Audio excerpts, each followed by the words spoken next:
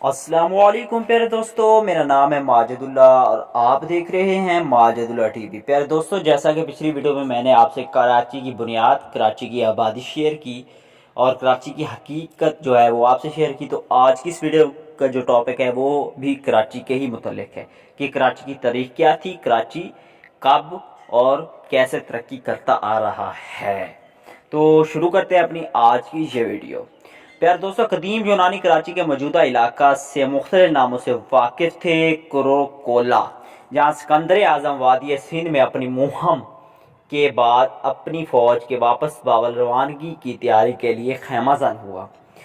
بندر مورونتو بارہ سے نزدیک جزیرہ منوڑا، جہاں سے سکندر کا سپہ سالار نیرچس نیار خوس واپس اپنے وطن روانہ ہوا، اور بارباریکون جو آج کا نام ہے، جو ہندوستانی یونانیوں کی باقی مملکت کی بندرگاہ تھی۔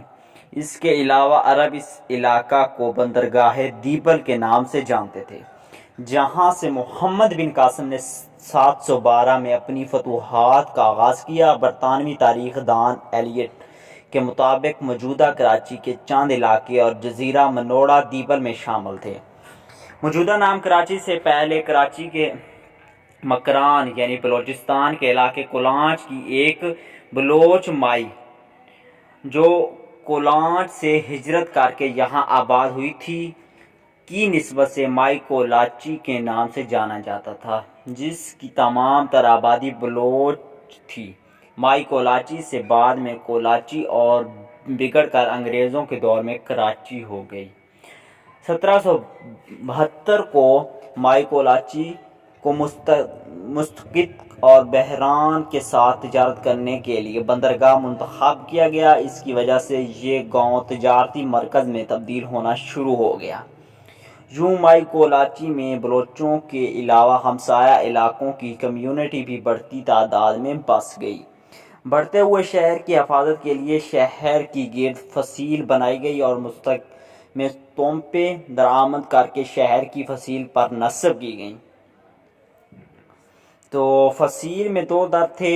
بلوچی میں در گیٹ کو کہتے ہیں۔ ایک در گیٹ کا رخ سمندر کی طرف تھا اور اس لیے اس کو بلوچی میں کھارا در، سندھی میں کھارو در کہا جاتا، اور دوسرے در گیٹ کا رخ لیاری ندی کی طرف تھا اور اس لیے اس کو بلوچی میں میٹھا در یعنی میٹھا در، سندھی میں مٹھو در کہا جاتا تھا۔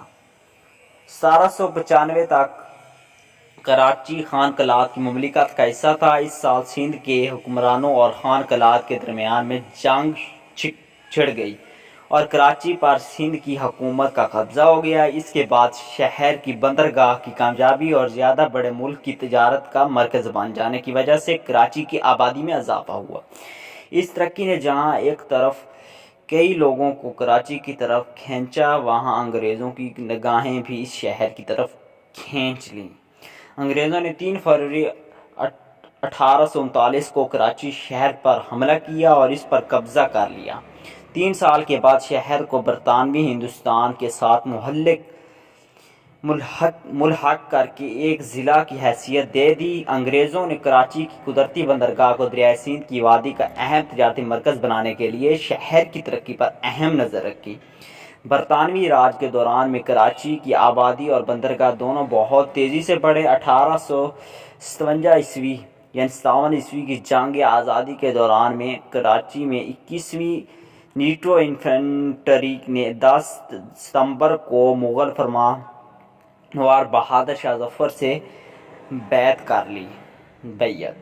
انگریزوں نے شہر پر دوبارہ قبضہ کر لیا اور بغاوت کا سر کچل دیا۔